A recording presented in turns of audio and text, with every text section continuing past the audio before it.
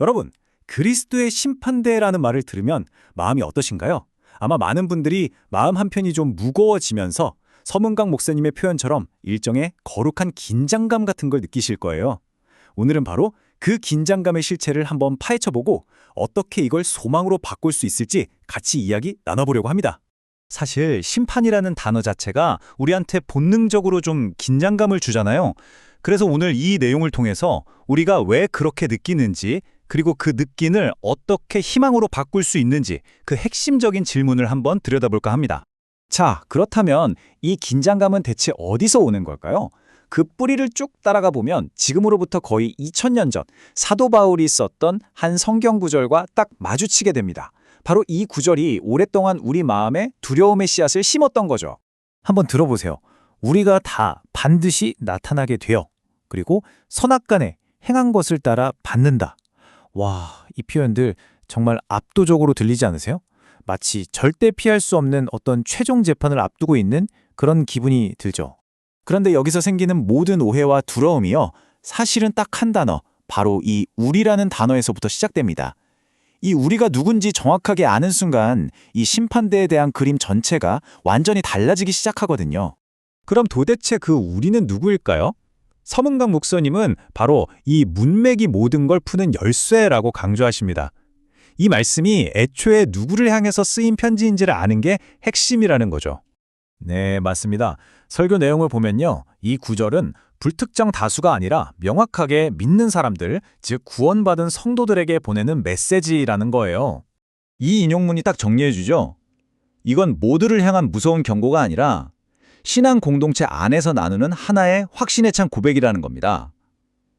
바로 여기서부터 두려움이 설 자리를 잃게 되는 거죠. 바로 이 지점이 정말 중요합니다. 이 심판은 천국행이냐 지옥행이냐 이걸 가르는 자리가 아니라는 거예요. 믿는 사람들에게 구원에 대한 판결은 이미 끝난 문제라는 거죠.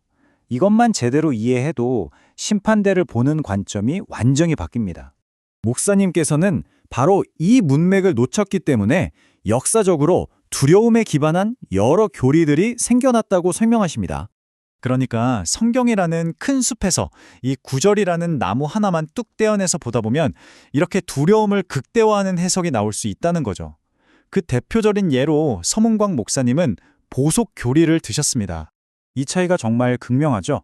왼쪽을 보면 죄는 용서받았지만 여전히 우리가 갚아야 할 빚이 남아있다고 말합니다. 하지만 오른쪽은 어떻죠?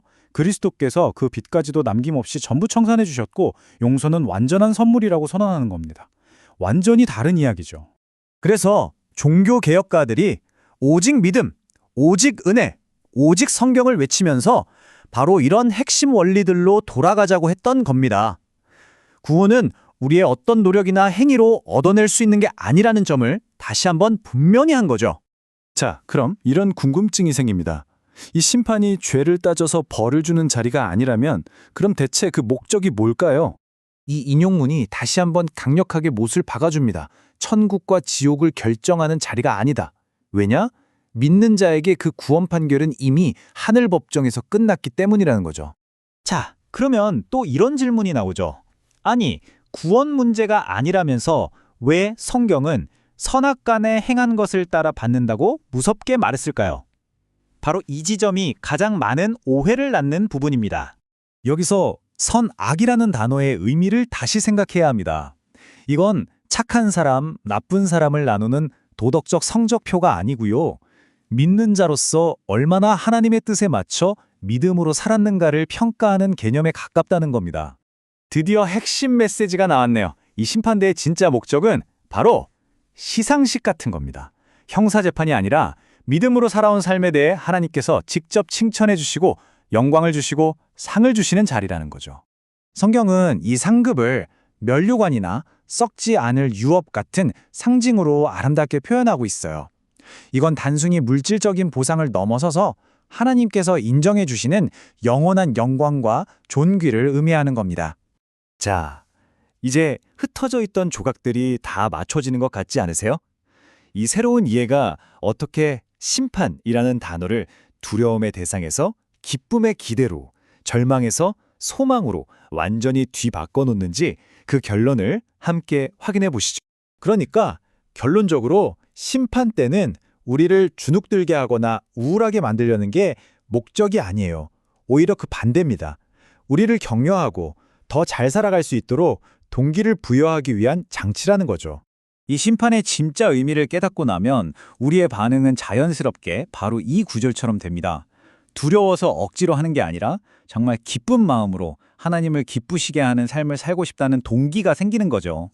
결국 미래에 있을 그 심판에 대한 막연한 두려움이 오늘 하루를 더 의미 있게, 더 기쁘게, 섬김의 삶으로 살아갈 수 있는 아주 강력하고 긍정적인 동기로 바뀌게 되는 겁니다. 자, 그래서 마지막 질문은 바로 여러분 각자에게로 돌아갑니다. 이제 두려움이 아닌 이 소망을 품게 되셨다면 여러분은 오늘 하루를 어떻게 조금 다르게 살아갈 수 있을까요? 이 질문에 대한 답을 찾아가는 여정이야말로 오늘 우리가 함께 나눈 이야기의 진정한 시작이 아닐까 싶습니다.